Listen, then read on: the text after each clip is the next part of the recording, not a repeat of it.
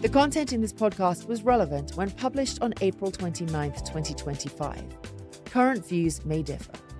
Finding the right portfolio company partner has always been a key challenge in private equity, and it can make or break a successful return on investment. So how can private equity firms and company executives determine the ingredients for a long and fruitful partnership? Welcome to Crafting Capital, the podcast that takes you inside the rapidly evolving world of private markets. I'm Philippa Leighton-Jones, Senior Vice President of Custom Content from the Wall Street Journal. Today, I'm joined by Diron Jebejian, co-head of America's Sponsor Coverage at UBS, and Vahe Dombalagian, Managing Partner of Madison Dearborn Partners, both of whom bring more than 30 years of expertise navigating the complexities of private partnerships. Diron, Vahe, thank you so much for joining me today. Great to be here. Thanks for having us. Yeah, very excited. Now, Diron, from your experience, what are the most important factors at play when private equity executives are looking to make new investments and to build new partnerships for the long term? Today, more than ever, I think private equity partners are looking to find executives that have real investment theses to help shape the subsectors, not just the sectors, but the subsectors that they're targeting. Inevitably, it's important to have a view on how technology is going to shape, reshape, potentially disrupt that subsector. So I think that today, all of those things are woven in together. But when you're thinking about who to have as a partner, the private equity investors are trying to figure out who the real leaders are going to be for the next 5 to 10 years in that subsector. And so I think that having a clear investment thesis, even though you know it's not going to be figured out on day one, but having a really intelligent, thoughtful partner on that journey is probably the most important thing to look for. And I'd love to know if technology can offer insights in this effort. We've been talking about it recently as a triangle of EQ, IQ, and inevitably AI. Right. That's the new element that people are trying to figure out. And having AI as an element in your decision-making process, but not as a substitute, either for EQ, because we are in a people business, or for IQ, which having raw intelligence is an important thing. That's the triangle approach that we've been talking about internally. So people understand that it's all of those things working together to be an effective investor or an effective advisor to investors today in our world. So Vahe, with your extensive experience in guiding private equity investments, what's your take on the EQ, IQ, AI triangle that Diron's just described there? How has this contributed to your successful partnerships with company executives? Well, look, I think it's a critical component. And the reality is you have to factor all three into any investment you make. When we invest in companies, we're not looking at, 1 year, 2 years, 5 years. We're looking 10, 15, 20 years out. Because at the end of the day, when we invest, we're looking to monetize in 3 to 5 years. But then whoever's buying that business is looking out the next 5 to 10 years. So when it comes to assessing teams and strategy, all of those are critically important. And I'll give you an example. So you really can't have just AI without EQ and IQ. We have a company called Ankara Consulting. Ankara is a forensics litigation restructuring firm. We've built it, grown it, developed it over time. The world is changing when it comes to human services, right? At the end of the day, touching the customer is critically important. Having that EQ, the ability to navigate solutions for your customer is important. But if you're not using technology to enable it, you're falling behind.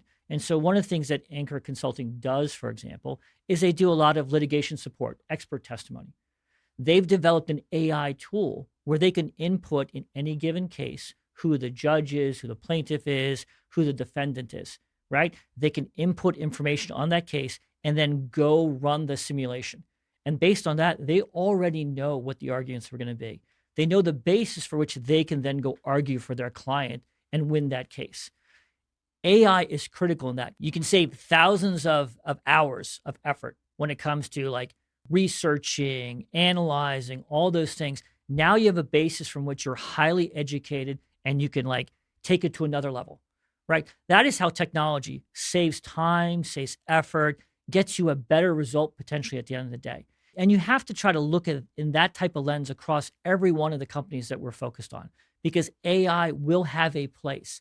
I don't think it eliminates the human touch because at the end of the day, people want to interact with other people, especially when it comes to like distribution businesses or consulting business. They want to make sure that there's someone who understands their needs, desires. There's a heart and mind element to this that you cannot replace with AI. But AI will be critical in terms of making sure that that heart and that brain can be coupled with technology. Vahid, that sounds like a very successful approach. But tell us, how does a private equity firm turn what it has identified as an actionable deal and the potential tensions that this can create with the target company into a true partnership? So, look, a lot of what's going on AI is new, right? And it's developing over time. So, what you're really doing is developing a strategy for the future. One of the things, the approaches we've taken towards investing is what we call complexity to clarity. And what that means is we're finding opportunities, which aren't necessarily the best in class companies, right? They're good, solid companies at their core, but there's some complexities around it, whether it's the strategy they want to employ, a carve out, a build up, all those types of things, a technological advancement, right? And what we do is we plot out with those teams going forward how and in what way we're going to build value. And we make sure we're all on the same page. The reality is when it goes to these continuums in terms of the strategy, it's never a straight line. There's lots of ups and downs and success and failures along the way. I like to term it as a sine wave towards success, right? There's no straight line, right? And so the reality is if you have the same strategy, if you have the same outlook, if you have the same, flexibility in terms of approach, you and a team will be able to navigate that. Right. And that's our approach. Now, in recent episodes of Crafting Capital, we've heard about how private equity exits have become tougher since the middle of 2022. And in fact, we've busted some of those myths as well, not least in the IPO market. But Diron, let me ask this of you. How do you see the current landscape for exits? And how can good partnerships, like Vahid's just been describing, between private equity and company executives prove useful when deal flow is maybe weaker than expected? I think it's one of the biggest challenges for the industry. There are literally thousands of companies that are owned by private equity firms that are of vintage that could be sold, and there's trillions of dollars of value that is tied up in there. I think the reality is that when people ask for a 5-year forecast, it would be great to be able to predict with accuracy what things will be like in 5 months. Right. So I think you have to approach exits with an ambition, with an ideal outcome, but to also be balanced to understand that the person on the other side of the table who is making a big bet and taking that risk doesn't have perfect clarity on where the world is going either. And so I think that's a very important element of where a partnership comes into play, because oftentimes the answer is, I'm not certain, but here's what I think will happen.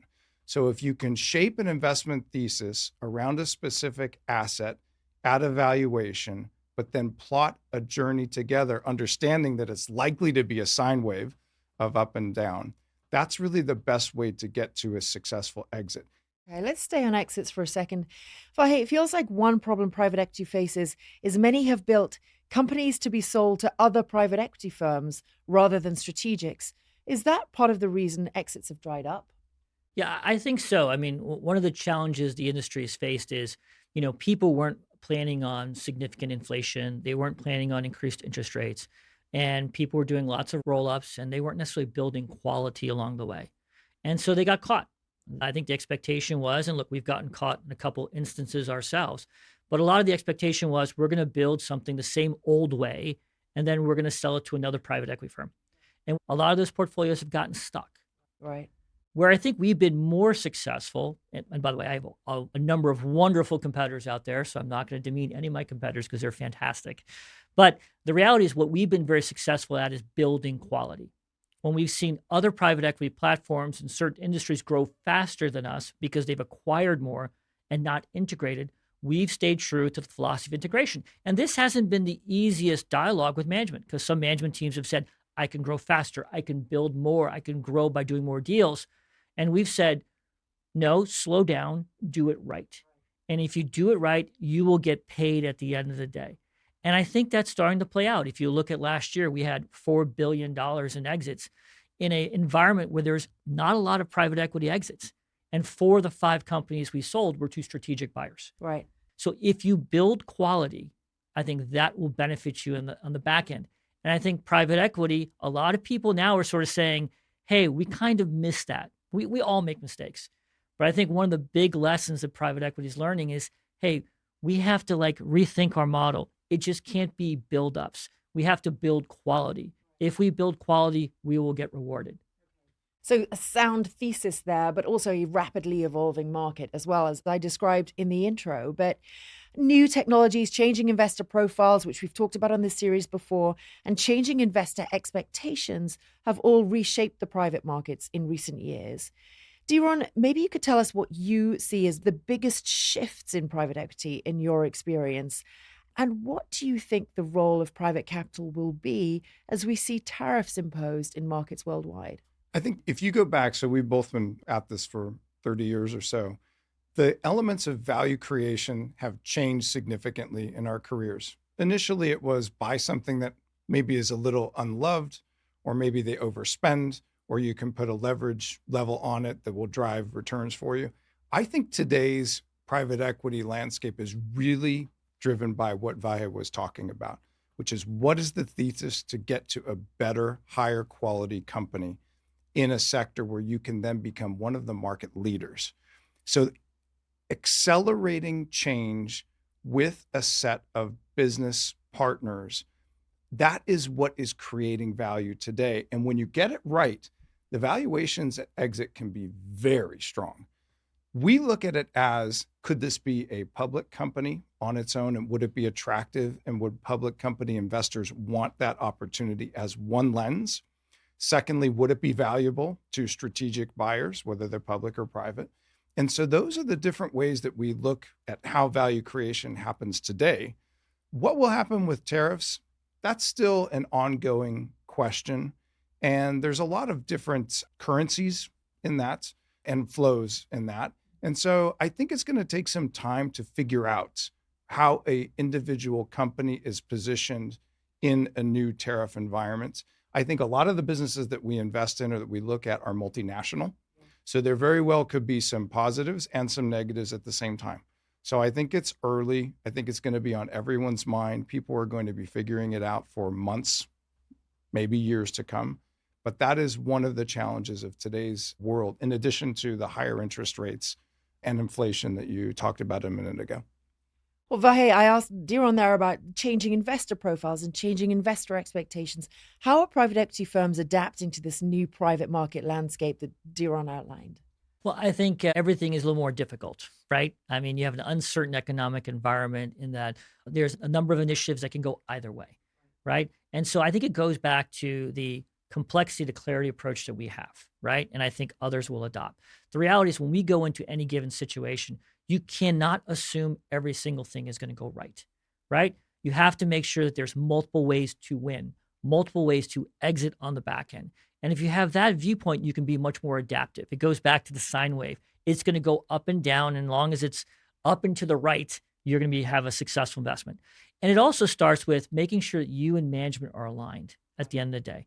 You have a common vision, common strategy. You understand things are not going to work out all the time. You have to be supportive, but you also have to be firm in terms of driving value on the back end. But flexibility is the name of the game, pricing in both opportunities and risks. But as long as you do that, as long as you plan it the right way, I think there actually could be real opportunity in this environment, because the market, whether it's sellers, the public markets, or otherwise, are going to price risk in certain ways, in certain times. They may misprice it in a way that we can potentially take advantage of it, where we can help with the right team drive real value on the back end. That makes things more complex, but like I said, a lot more opportunity in that complexity.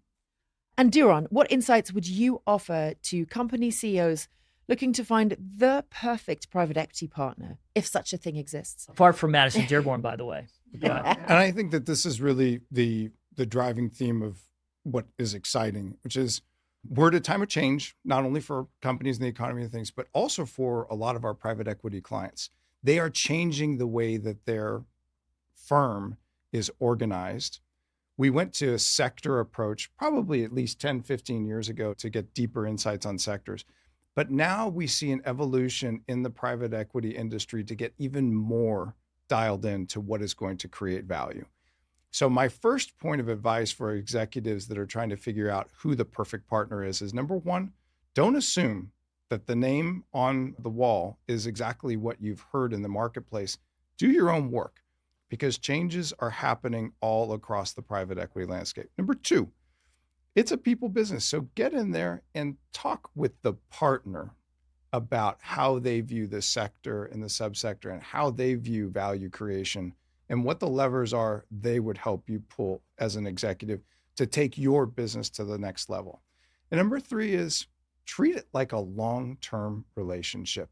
What we have seen is that some of the most value that's been created is not really about a deal or what you can do on day one, but the real value gets created after you compound, even after the first life cycle of that first deal.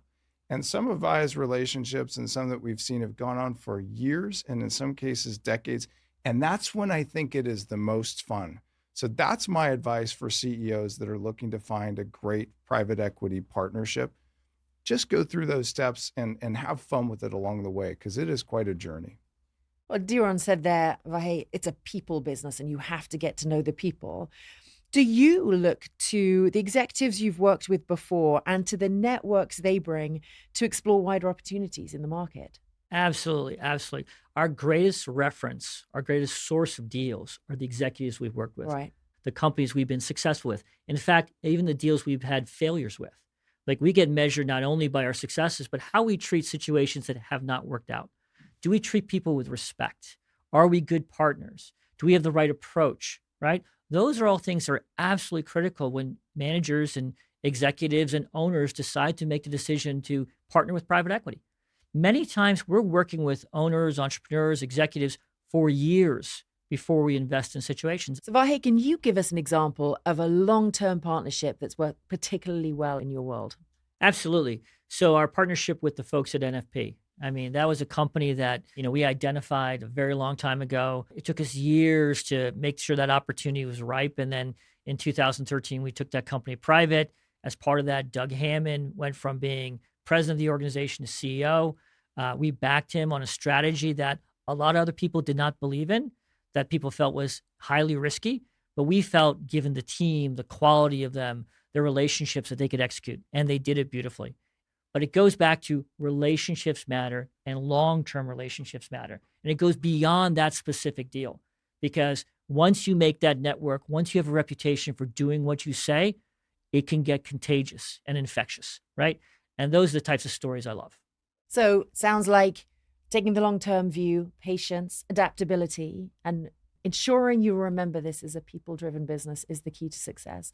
Vahe, Diron, thank you so much for this brilliant discussion today. Thanks for having us. Enjoy. Thank you so much. Yeah, likewise.